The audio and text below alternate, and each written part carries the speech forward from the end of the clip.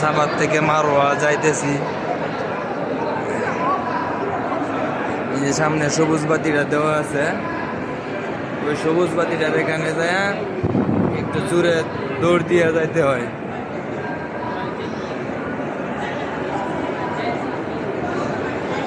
আজকে হাজি সাহেবগণের প্রচুর ভিড়। বাংলাদেশি হাজি, এই যে বাংলাদেশ লেখা বারাকা হজ ট্রাভেলস, এই যে 2 দিন লাগবে।